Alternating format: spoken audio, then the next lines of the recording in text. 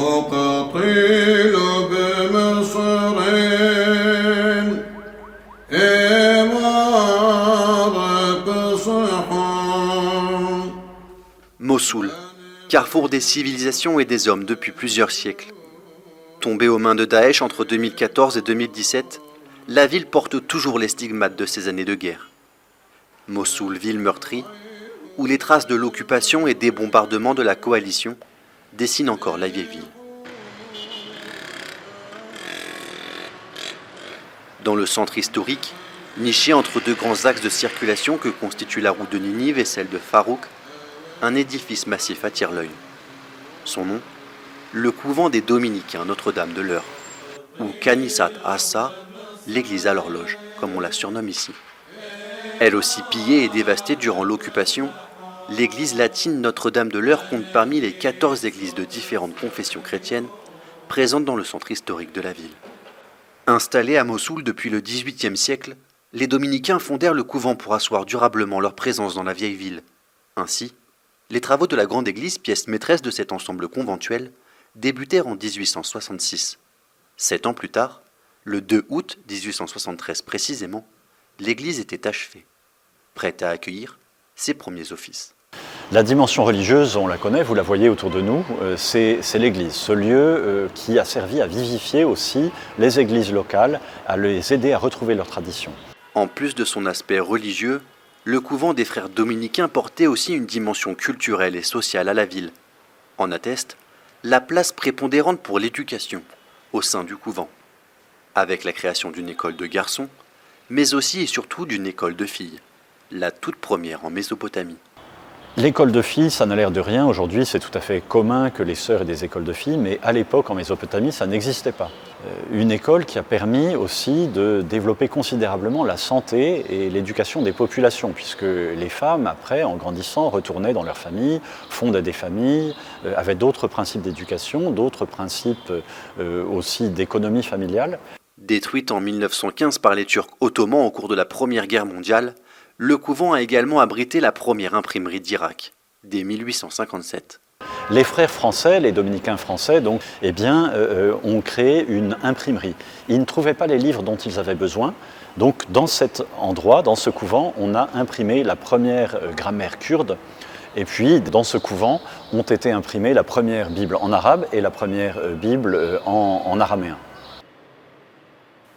Une prouesse technique et technologique pour l'époque qui a permis la diffusion des Écritures saintes à travers toute la Mésopotamie.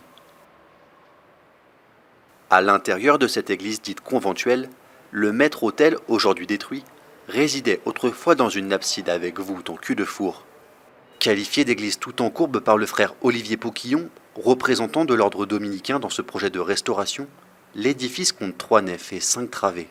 Sa structure, elle, repose sur 4 paires de piliers libres cylindriques construits dans un marbre gris typique de Mossoul. À leur sommet, des chapiteaux à feuilles d'acanthe et d'arcs plein cintre constituent la quasi seule ornementation de cette église au style plutôt sobre. Pour faire entrer la lumière, l'église dispose de 2 coupoles hémisphériques à tambour et fenêtres placées au centre de la nef.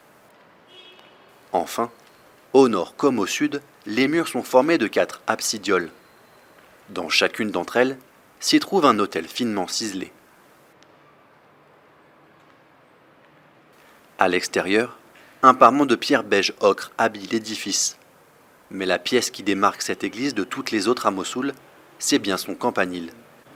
Niché entre 2 absidioles, il surplombe fièrement la cité. On ne peut pas parler de Notre-Dame de l'Eure sans parler du clocher. Ce clocher qui a abrité la première horloge de Mésopotamie, une horloge cadeau de l'impératrice Eugénie, aussi cadeau de la France dans cette espèce de lutte d'influence entre l'Empire ottoman et à l'époque l'Empire français. Donc 4 cadrans tournés vers les 4 points cardinaux. Ce clocher, il est en dialogue avec les minarets qui sont derrière et la base du minaret de la grande mosquée qui a marqué de son empreinte Mossoul et qui est sur tous les billets de banque en Irak. Fierté pour tous les moussoliotes, quelle que soit leur confession, l'horloge de Notre-Dame de l'Eure a pendant très longtemps rassemblé les habitants de la vieille ville. Ce couvent, plusieurs générations d'Irakiens le fréquentèrent.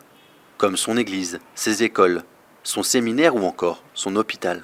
وكانت لكنيسة الساعة الدور الكبير في معالجة مرضى السرطان في ذلك الوقت، وكذلك تقديم المساعدات سواء لجميع أطياف الموصل سواء المسلمين والمسيحيين وغيرهم. لذلك نتقدم لهم بجزيل الشكر والتقدير، وإن شاء الله بعد سنتين راح ترون إعادة كنيسة الساعة إلى ما كانت عليه، وإعادة الصلاة فيها، وإعادة إخواننا المسيحيين إلى الموصل.